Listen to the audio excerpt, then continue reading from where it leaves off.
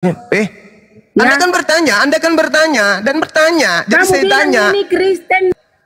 Lalu mana nanti disebut orang Kristen kalau Kristen? Mana? Apa yang dilakukan oleh oknum Kristen baru bisa dikatakan Kristen? Bagi-bagi Indomie. Oh, orang Kristen bagi Indomie. Itu baru disebut Kristen. Padahal yang membagi Indomie itu adalah oknumnya, bukan agamanya. Sama yang menjajah oknumnya, tapi agamanya Kristen. Otak licik seperti ular. Kristen tidak pernah menjajah.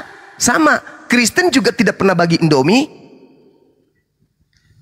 Kristen juga tidak pernah memperbaiki jalan.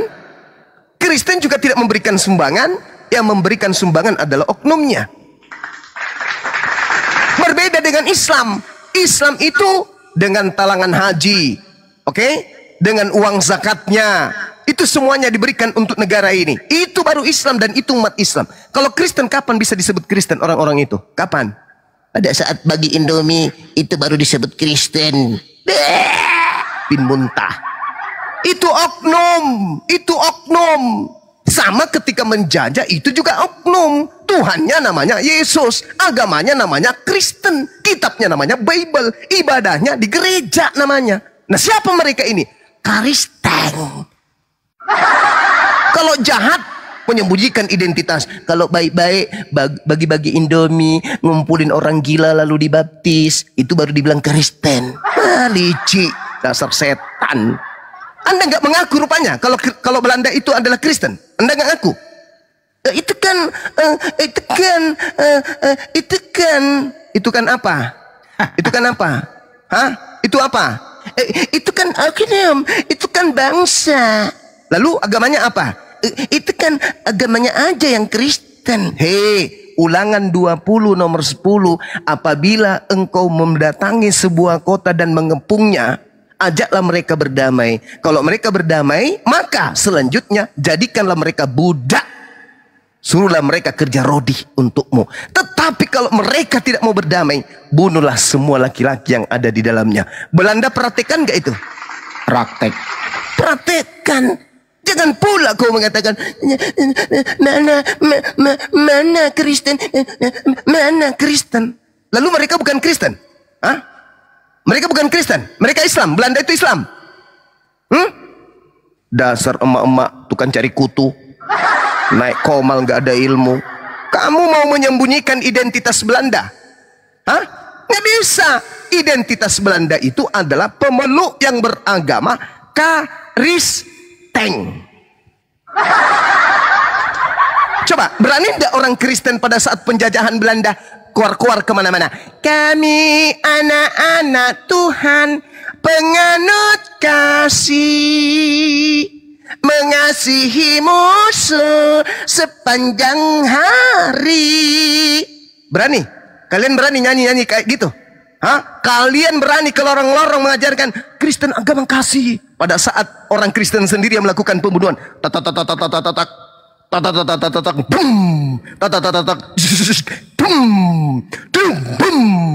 Kalian mau datang? Kasih Kristus datang kepada kita. Nenek lu kiper. Mana bisa? Ketika umat Islam berjuang berhasil mengusir Kristen, barulah kalian pengikutnya ini teriak-teriak, kami adalah ajaran kasih, 1 tambah 1 sama dengan 1. Itu bukan agama kasih tuh. Itu agama bahlul. Itu mengajak anak-anak menjadi bodoh. Paham ibu? Nah, jadi kalau kerjanya cuma cari kutu aja. Gak usah naik ke sini. Oke? Demikian. Jadi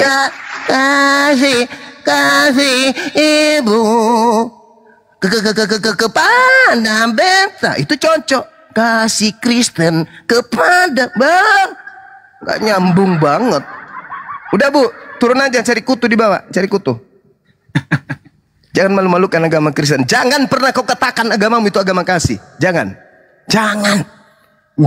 Mual aku mendengarnya. Mual aku dengar kalau itu dibilang. Turun bu, turun. Mending ibu bikin kopi, cabut bulu ketek daripada ibu naik di sini jadi bulan-bulanan. Panggil pendetamu ke sini, biar kita berikan edukasi dua arah gitu. Pendeta, jangan keumpetin pendetamu itu. Ya Bu ya, turun, Ibu cari kutu diketek, mudah-mudahan Ibu bisa sehat. Silakan. Jadi yang bawa Bible ke Belanda ternyata, yang bawa Bible ke Nusantara ternyata Belanda dengan cara menjajah 3G, membawa misionaris, membuat lembaga Bible India Belanda. Setelah kalah, dihadiahkan ke lembaga Bible Indonesia sekarang. Lupain sejarah. Ya berarti nenek moyang dia ini artinya menjadi jongos Belanda dong ya, kira-kira ya teman ya. Banyuma ya kira-kira ya. Jadi satu gereja sama Belanda zaman dulu nih. Iya kan tidak mungkin pada hari Minggu bunyi sumpritan. Prit! Penjajahan dihentikan. Para pejuang-pejuang Nusantara, silakan keluar dari hutan. Saatnya kita ibadah. Pejuang-pejuang Nusantara agar memberikan tanda di lengan, simbol merah putih, agar kami Belanda mengetahui bahwa kalian adalah jemaat-jemaat Tuhan yang sedang memperjuangkan melawan saudaranya sendiri, yaitu Belanda. Pada hari Sabtu Minggu, tek, satu persatu pejuang keluar dari hutan dengan lambang salib di dada, simbol merah putih di lengan, masuk ke rumah ibadah bersama dengan Belanda yang juga beragama yang sama. Apa mungkin tuh? Begitu kemudian sudah detik-detik selesai, demikianlah khutbah saya pada hari ini. Mudah-mudahan Bapa yang ada di langit, yang ada di surga, memberkati kita semua. Haleluya. Keluarlah semua yang dari Indonesia dan yang dari Belanda. Berapa langkah dari gereja, berhadap-hadapan mereka, membelakangi mereka. Hitungan ketiga, saling berhadapan, saling membelakangi, melangkah. 1, 2, 3, 2. Mati semuanya. Jemaat dari Belanda, jemaat dari Indonesia, mati semuanya. Apa itu mungkin terjadi? Enggak mungkin. Enggak mungkin. Itu enggak mungkin terjadi. Berarti kemana mereka ini? Yang satu gereja dengan Belanda ini, kemana mereka? Ya sama dengan Belanda. Enggak mungkin berlawanan. Enggak mungkin. Enggak mungkin. Begitu Belanda berhasil diusir, mereka hidup damai sejahtera bersama dengan para pejuang. Rumah ibadahnya tidak dihancurkan. Itulah indahnya umat Islam. Rumah ibadahnya dipelihara, dijaga. Bahkan mereka yang tadinya ikut penjajah, silakan kamu manfaatkan gedung ini, lanjutkan kemudian agama yang diwariskan oleh penjajah. Gitu. Wah, tapi Banyuma mereka mengatakan dirinya korban. Korban apa? Ya mereka mengatakan dirinya korban sampai detik ini loh. Alamak, bisa-bisanya jadi korban. Jadi korban pula. Sudah bagus-bagus hidup berdampingan dengan kita yang mayoritas. Karena salah satu Islam itu, ajaran Islam itu apa? Rahmatan lil alamin. Terlepas agamanya Islam atau bukan Islam, Islam punya metode pengajaran dinul Islam, yaitu rahmatan lil alamin. Makanya kita hidup berdampingan dengan minoritas ini. Tapi minoritas ini yang tidak tahu diri. Contoh yang saya alami kan. Lihatlah yang saya alami. Kita mengadakan upacara agama kita. Tiba-tiba muncul mereka datang membawa kaos. Membagi-bagikan di acara kita. Kaosnya itu misinya pasti kristenisasi. Kenapa? Karena tertulis data Bible di situ. Sudah tahu saya Islam. Acara Islam. Internal Islam. Kegiatan Islam. Yang hadir pada Islam semua. Tiba-tiba muncul non-Islam membagikan kaos yang beda akidah, dititipkan di sana, dipersiapkan untuk sidak. Kaosnya untuk Bang Suma, kaosnya saya tolak, saya bakar karena saya tidak seiman. Saya tidak seiman dengan yang datang membawa, dan saya tahu dia adalah misionaris, dan saya tahu dia adalah penghujat, dia adalah penista agama saya. dia penista Tuhan saya, dia penista Nabi saya, dia penista kitab suci saya, datang memberikan baju yang ada isi Bibelnya. Halo, halo, saya tolak itu dan saya bakar. Lantas saya yang dianggap pelanggaran. Hah? Saya yang dilaporkan, saya menistakan katanya. Hei, hukum mana, undang-undang apa yang kamu pakai? Undang-undang dari neraka. Saya korban, saya yang dilaporkan. Yang jadi saksi justru yang menginjak Bible. Lucu. Lucu. Yang melaporkan saya orang yang tidak tahu masalah tidak ada di lapangan, bukan saksi. Dia tidak melihat. Dilaporkannya saya. Coba. Inilah bukti bahwa mereka pelaku, mereka selalu merasa korban. Itu bukti kecil. Iya, betul, Mereka yang melakukan pembunuhan, kita yang dituduh sebagai pelaku pembunuhan. Nah, inilah yang terjadi. Keadaan itu terjadi. Kita yang merasa dirampas semua istilah-istilah Al-Quran masuk ke Bible, kita yang merasa kemudian dituduhnya, kemudian kita yang menistakan. Coba, inilah bukti penjajah itu seperti itu. Tabiat liciknya ada. Cerdik seperti ular, jinak seperti merpati, itu ada. Itu ada tuh. Itu diperhatikan sampai hari ini. Saya kira begitu, sahabat-sahabat. Silakan. Anehnya lagi, ntar dulu ya, ntar dulu Pak. Anehnya lagi, ada Muslim mendukung pergerakan mereka loh. Bahkan menyalahkan Bang Juma, bahkan mereka mungkin dia potong kebok kali 10 ekor kalau Bang Juma ini terproses hukum. Satu kali 24 jam digoreng, itu loh Bang Juma. Aneh kan? Betul. Aneh banget. Silakan Mbak, disambut.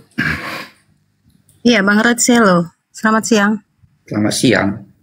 Ya, dari Muslim apa non-Muslim, Bang? Saya Kristen. Iya, ada yang mau disampaikan, Bang? Atau mau menanggapi tema di atas? Diskusi dengan Bang Zuma, silakan. Ya. Kristen pembuat kejahatan. Ya, kalau seperti ini, kalau Bang Juma dari dulu kan sudah kita tahu. Menyampaikan pun quote-quote suara, kan gitu ya. Dan memang kalau Bang Juma kan sudah tahu kita. Kalau dia selalu membuat nats dari Alkitab dan tidak membenarkan Alkitab. Artinya apa? Ya memang karena Alkitab itu adalah secara historis dan fakta dia historis terbukti memang metodologi ya seperti itu sudah teruji dan memang layak diuji. Beda dengan kalau yang Kristen ya bahas buku yang lain dia tidak dibahas begitu. Kenapa? Langsung aja ke topiknya Bang. Sejarah historisnya nggak ada. Bang, langsung ke topiknya aja.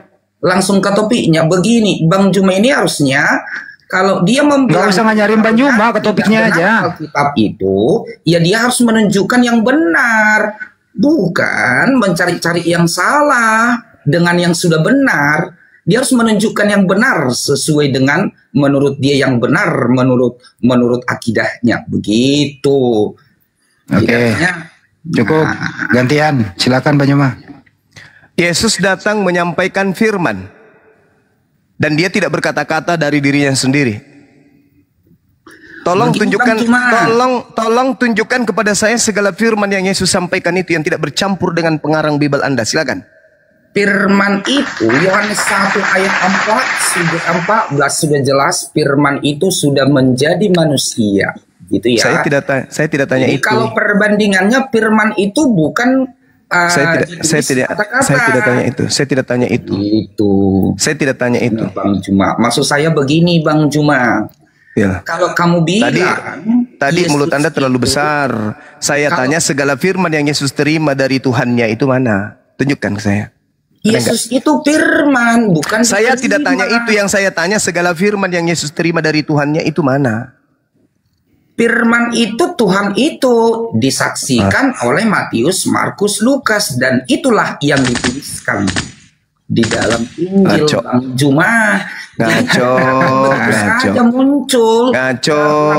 Dipaksa doktrinnya kita dipaksa harus begini. Yohanes 14 nomor 24 firman yang kau terima yang kau dengar dari mulutku itu bukan dari aku, tetapi dari Dia yang telah mengutus aku. Pertanyaan saya, mana segala firman yang keluar dari mulut Yesus itu yang tidak bercampur aduk dengan karangan Bang Juma, penulis dia Bible? utusan. kalau dia utusan, ya dia akan berbicara sebagai utusan. Segala firman yang Yesus terima itu mana? Begini bang, guru di sekolah nggak akan. Segala firman yang Yesus sampaikan itu mana? Yohanes melakukan penyelidikan dari saksi-saksi. Anda lihat di dalam Yohanes 12:49, aku berkata-kata bukan dari diriku sendiri, adalah apa yang diperintahkan Bapa untuk aku katakan dan aku sampaikan. Itu loh bang. Pertanyaan Bapak saya. Siapa? Aku dan Bapak. Saya tidak tanya itu. Adalah satu. Saya tidak tanya itu. Yohanes Tidak tanya itu. Jangan pakai jurus 10:30. Paulus. Jangan pakai jurus Paulus. Yang saya tanya kepada saudara, mana segala firman yang Yesus sampaikan itu? Yang Ya, tidak itulah. bercampur aduk dengan perkataan-perkataan manusia. Mana? Mana? Begini Bang Juma, Yesus itu firman dan itulah yang dituliskan oleh saksi-saksinya. Yohanes, Matius, Markus, Lukas, Yohanes, dan diberitakan lagi oleh Paulus ke Korintus, Efesus, Galatia, dan ke seluruh penjuru bumi. Begitu Bang Juma. Jadi nggak langsung turun-turun, langsung dia berupa suara-suara. Artinya yang tidak bertambah dari sabda Yesus dan tidak bertambah dari karangan-karangan. Nah, silakan tunjukkan.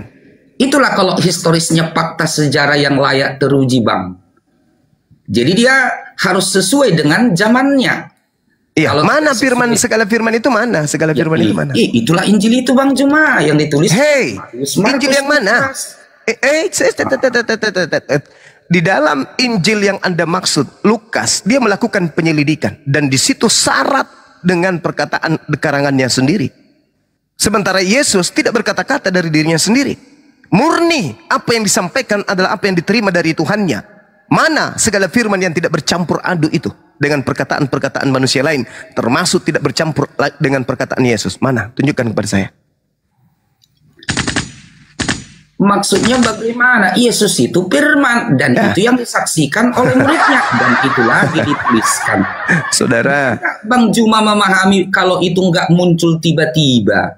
Saudara, artinya metodologinya jelas secara fakta dan historis disaksikan oleh manusia 2000 tahun yang lalu. Itu Anda semakin menguatkan bahwa Yesus itu menerima firman disaksikan sama yang lain.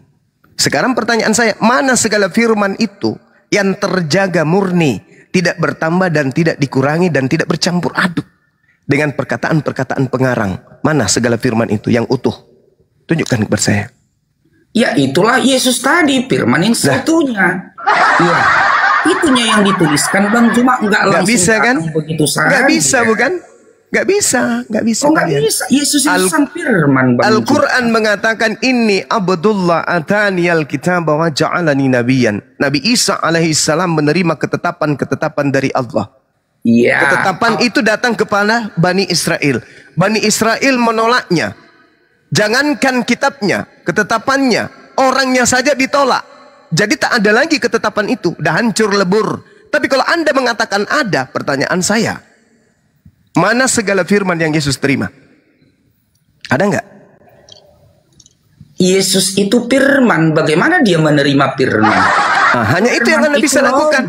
Yesus berkata, aku tidak berkata-kata dari diriku sendiri. Apa yang aku katakan adalah apa yang difirmankan kepadaku. Nah, kalau itu Bapak sendiri tidak berkata-kata, dia sebagai manusia yang akhir. Jadi dia berkata-kata karena dia yang turun. Hanya sebatas ini aja. Hanya sebatas ini saja. Seorang manusia yang tidak bisa berkata-kata dari dirinya, Anda katakan dia adalah Tuhan itu sendiri. Hanya orang gila yang mau percaya itu. Firman itu praktikal langsung dia Bang Juma kisahnya. Jadi aku tidak berkata-kata dari diriku sendiri.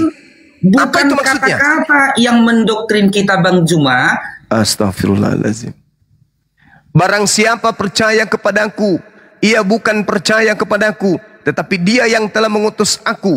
Dan barang siapa melihat aku, ia melihat dia yang telah mengutus aku. Aku telah datang dalam dunia ini sebagai terang, supaya setiap orang yang percaya kepadaku jangan tinggal dalam kegelapan. Dan jikalau seorang mendengarkan perkataanku, tetapi tidak melakukannya, Aku tidak menjadi hakimnya, sebab aku datang bukan untuk menghakimi dunia, melainkan untuk menyelamatkannya. Barang siapa menolak aku dan tidak menerima perkataanku, ia sudah ada hakimnya, yaitu firman yang telah kukatakan. Itulah yang akan menjadi hakimnya kelak di akhir zaman. Berarti Yesus mengeluarkan kata-kata dari mulutnya sebagai aturan main kepada pengikutnya Bani Israel. Pertanyaan saya, mana segala firman yang menjadi perkataan-perkataan sakral dari Yesus yang diterima dari langit? Mana? Nggak ada lagi kan? Sudah menjadi sinole, sudah menjadi rujak, sudah menjadi babak belur firman Yesus. Masuk ke dalam karangan-karangan bercampur aduk dengan perkataan-perkataan orang yang tidak dikenali. Itulah yang disebut perjanjian baru. Oke? Paham? Nah, itu kan persepsi Anda, Bang Juma. Loh, kok persepsi saya lagi? Yang penting kan sudah jelas praktikal tidak akan bisa dikalahkan oleh hanya sekedar kata-kata. Perintah, ide dari Allah itu sudah dipraktekkan oleh Yesus, disaksikan manusia, daripada hanya memberikan kata-kata dituliskan, lalu kita yang disuruh kata-kata itu melakukan yang baik. Ini sudah langsung raw model. Modelnya siapa? Yesus itu, melalui dia Bunda Maria. Lalu siapa Yesus itu? Itulah Allah itu yang turun langsung sebagai model perjalanan menjalankan firman tadi. Kita bukan kata-kata langsung turun, Bang Juma. Jadi makanya secara teori historikal fakta akan lebih kuat secara praktikal, Bang Juma. Berarti menurut kegilaan saudara ini, pencipta langit dan bumi itu turun menjadi bayi, gitu. Yang jelas tidak baik. Saya tidak mau diperintah hanya melalui kata-kata. Yang saya saksikan secara fakta Anda bernarasi tadi, makanya muncul pertanyaan terkait narasi Anda. Berarti Anda mengatakan pencipta langit dan bumi ini itu turun ke bumi menjadi anak bayi, gitu. Iya. Kalau mau menyelamatkan manusia, ya apa yang tidak bisa maha berubah menjadi manusia? Namanya maha. Anda sendiri yang membatasi Allah Anda kalau tidak bisa turun ke dunia. Kan begitu. Di mana mahanya? Berarti Tuhan Anda bisa menjadi setan. Nah, Anda pikirkan saja, Allah itu maha. Apa saja? Iya, berarti Tuhan Anda bisa jadi setan. Jadi kalau berarti Allah Anda seperti itu, bisa rupanya. Tuhan saya tidak bisa keluar dari kemahakuasaannya. Anda yang mengatakan Tuhan Anda bisa jadi manusia bayi. Berarti Anda punya Tuhan bisa berubah menjadi makhluk yang tidak berdaya. Itu Anda. Allah itu maha kudus. Keinginannya tidak mungkin ke sesuatu yang negatif, Bang Juma. Mulai ngaco. Menjadi setan. Mulai ngaco. Loh, Anda membatasi Tuhan Anda sendiri. Tadi Anda katakan maha kuasa tidak bisa dibatasi. Loh, kenapa Anda membatasinya? Kenapa Anda membatasinya? Kok Anda jilat ludah sendiri? Mending Tuhan Anda jilat selalu bekerja. Kalau Anda jilat ludah tidak kenyang, mending Anda jilat tai Anda sendiri. Kalau begitu kenyang Anda. Anda mengatakan Tuhan tidak bisa dibatasi karena Tuhan itu maha kuasa. Loh, berarti Tuhan Anda bisa jadi setan. Untuk apa yang tidak sesuatu? Loh, kenapa Anda bertanya untuk apa? Untuk apa? Kenapa Anda bertanya begitu? Untuk apa? Bukankah Tuhan Anda itu Anda katakan tidak bisa dibatasi? Iya, suka-suka Tuhan. Tidak bisa suka Tuhan Anda, suka Tuhan Anda. Anda mengetahui Tuhan jadi manusia karena Anda manusia, tapi Anda tidak mengetahui ruang lingkup kehidupan iblis. Kalau Tuhan Anda menjadi iblis, bisa enggak? Kutanya dulu samamu. Bedanya gini, Tuhan Anda bisa jadi iblis nggak? Kutanya dulu. Kamu nggak bisa. Kutanya dulu. Tuhan Anda bisa jadi iblis tidak? Tidak bisa kamu batasi Tuhan itu menjadi. Saya tanya sama saudara, apakah Tuhan Anda bisa jadi iblis? Jangan kamu membatasi. Apakah Tuhan Anda bisa jadi iblis? Saya tanya sekali lagi. Apakah Tuhan Anda bisa jadi iblis? Tuhan itu yang bisa menjadi apa saja. Pikiranmu berarti Tuhan Anda bisa jadi babi. Tuhan Anda bisa jadi babi. Tuhan itu nggak bisa kamu doktrin. Saya tanya kepada saudara, kok jadinya saya bertanya sama saudara. Apakah Tuhan saudara bisa jadi babi? Tuhan itu bisa apa saja menurut yang dia kehendaki. Tapi Tuhan itu nggak bisa menurut pikiranmu. Berarti Tuhan Anda bisa jadi babi. Ya atau ya? Jangan kamu batasi Allahmu dengan apa Kenapa saja. kamu jadi kayak begini? Tetapi- Kok kamu jadi gila sih? Saya tanya, berarti Tuhanmu bisa jadi bayi. Bisa jadi babi. Tuhanmu bisa jadi anjing. Tuhanmu bisa jadi ayam. Tuhan bisa jadi kentut. Hah? Gitu maksudmu yang disebut maha kuasa itu gitu? Bisa jadi apa saja? Hah? Bisa jadi telur dadar. Tuhan kau itu. Bisa jadi upil sekalian. Jangan kamu gurui Tuhanmu. Anda yang jelas menggurui, Tuhan itu boleh jadi saudara. apa saja. Tuhan itu, bahlulnya minta Itu namanya ampun. maha. Yang kamu pikirkan Bang Juma, Allah itu maha. Tapi jangan sekali-sekali kamu menggurui Tuhanmu. Oke, sekarang saya tanya sama saudara. Itu perbedaannya Bang Juma. Ya, oke. Sekarang saya tanya kepada saudara. Tuhan itu maha kuasa menciptakan manusia lahir tanpa ayah? Atau Tuhan itu maha kuasa menciptakan dirinya menjadi anak bayi? Jawab. Maha kuasa boleh apa saja dia. Itu kan? Lain ditanya, lain dijawab. Ini Menurut kalau- kehendaknya Bang Juma. Sekarang, Menurut kehendakmu. sekarang menurut kehendaknya. Oke. Yohanes 8:42. Boleh Anda baca? Bacakan saja langsung dari situ. Aku datang sebagai manusia bukan atas kehendakku sendiri. Iya. Nah, mana kehendak Bapak menjadi manusia mana? Mana kehendak Bapak agar dia menjadi manusia? Kehendak Bapak. Berarti kehendak Bapak yang dijalankan. Lalu Kehendak Bapak. Kalau Bapak dengar, kalau Tuhan menjadi manusia, berarti dalilnya harusnya apa?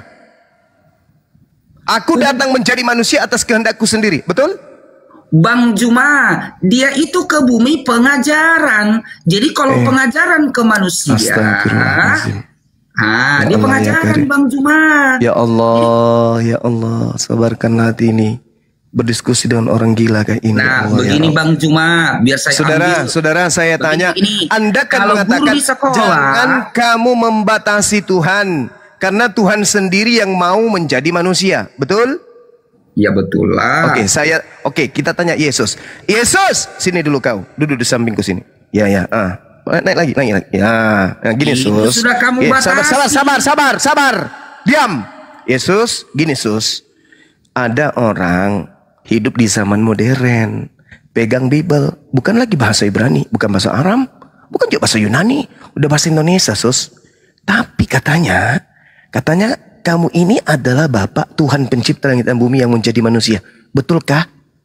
Oh, kamu baca Yohanes 8:42. Itu jawabannya. Itu pikiranmu Bang Juma. Itu jawabannya.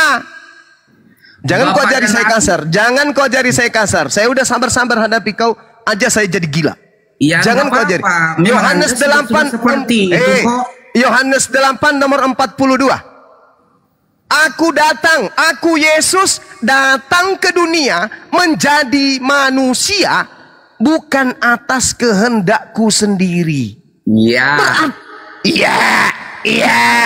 Atas kehendak Bapak. Nah, Lalu berarti yang jadi manusia ini siapa? Yang menjadi Dia- manusia ini siapa? Dia berbicara bahwa Yang dia menjadi manusia ini siapa? utusan. Lalu baca lagi konteks yang lain. Bapak dan aku satu. Udah, kamu turun. Dalam kamu turun. aku ada Bapak. Kamu turun, kamu ke gereja, kau jilat pantat pendeta supaya kamu bisa Ya. sehat. Ya udah turun. Beginilah Turun, narasi nggak apa-apa. Bum. Daripada saya kubuat gila, mending kau turun. Kau mengatakan Tuhan datang sendiri menjadi manusia. Ketika dia datang sebagai manusia, kutanya dia, Yesus, sini dong. Mau ngapain? Duduk dulu di sini. Saya ibarat apa ini? Saya mengibaratkan Bible itu Yesus. Yesus ini duduk di meja. Diam Yesus, aku mau buka bajumu. Kubukalah Bible itu. Kubaca Yohanes 8. Yesus berkata, aku datang ke atas muka bumi ini bukan atas kehendakku sendiri. Hah? Aduh. Lalu atas kehendak siapa? Atas kehendak dia. Loh, berarti kamu bukan dia? Bukan. Kalau Yesus itu adalah Bapa yang datang menjadi manusia, maka dalilnya pasti berbunyi begini.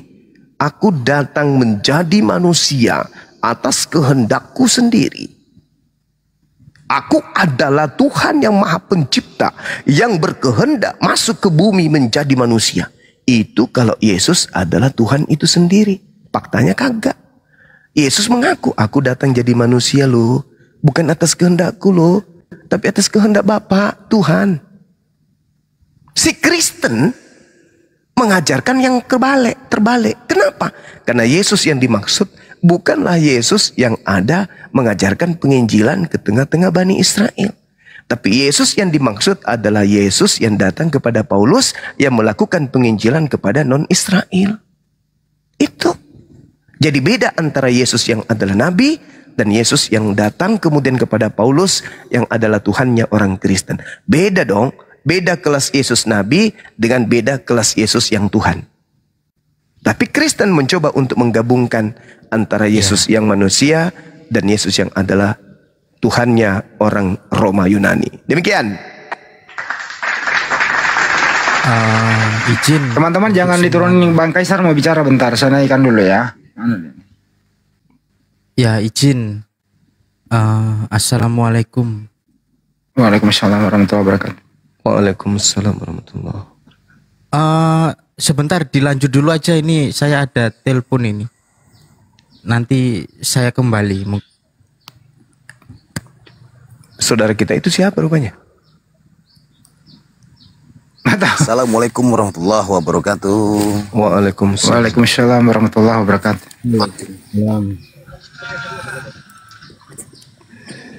Silakan digas dulu Bang Kaisar. Siap abangku. Ya teman-teman, gini kenapa tap-tap layarnya cuma 500 ini teman-teman. Jangan sampai saya bernubuat ya. Kalau saya sudah bernubuat nanti kencang ini tap-tap layar kalian. Bismillahirrahmanirrahim ya. Untuk teman-teman viewer di bawah yang sangat baik ataupun pura-pura baik, serta manusia yang beriman juga manusia yang masih mencari keimanan. Saya Kaisar Nero Juntak menyiarkan langsung di frekuensi Roh Kudus 3,1 FM Sungai Jordan. Saya sendiri Ketua Dewan Pimpinan Pewarta Bukit Golgota. Kencangkan tap-tap layarnya teman-teman agar akun kita kuat dan anti report. Dan jangan lupa follow akun host narasumber di atas juga saya sendiri. Sekali lagi saya ingatkan untuk narasumber Tritung, Kristen, Protestan, Katolik, Wanis, penyembah knalpot Mio yang menuhankan pelak Pajero. Kalau naik komal diskusi bawa otak dan akal, akademis dan duduk manis. Sebelum bernarasi tampilkan dan gunakan dalil dan data sesuai dengan tekstual. Boleh merujuk ke teks original. Kalau ditanya konsep Tritunggal, jangan pernah kau jawab dengan kasur, guling, bantal. Pembahasan di sini penuh dengan edukasi, pembelajaran bermutu dan berisi, bukan opini dan bukan asumsi imani. Karena kami APII. Jangan menjual isi biblos dengan dogma doktrin sejengkal karena isinya produk gagal. Awalnya ajaran kasih, akhirnya cerita nakal. Boleh terangkan sesuai paradok, tapi terima kenyataannya jika ketabok. Viewer di bawah bosan dengerin narasumber yang bodoh karena lebih asik membaca majalah bobo. Kalau sudah mau nyerah dan teler, mending kau turun dan baca majalah populer. Kalau cuma mau khotbah doktrin dan dogma, mendingan diam, nyimak jadi berhala atau nongkrong saja di rest area. Perlu digarisbawahi, diskusi jangan tantrum, kesurupan serangan jantung, gangguan kejiwaan. Harap diskusi dan bantah dengan dasar menggunakan dalil dan data. Paparkan dengan baik narasi, literasi, kolerasi, komparasi.